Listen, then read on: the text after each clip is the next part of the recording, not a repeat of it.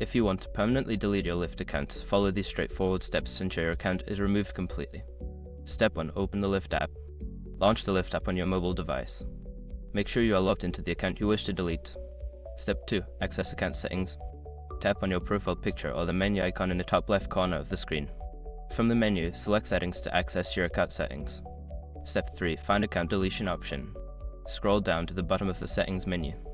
Look for the option that says Privacy or Account Unselected. Here, you should find the option to delete your account. Step 4. Request account deletion. Follow the prompts to request account deletion. You may be asked to provide a reason for leaving or to confirm your decision. Make sure to read any information provided about the consequences of deleting your account. Step 5. Confirm deletion. After submitting your request, you will receive a confirmation email or notification. Follow any additional instructions provided to finalize the deletion of your account. Once you have completed these steps, your Lyft account will be permanently deleted.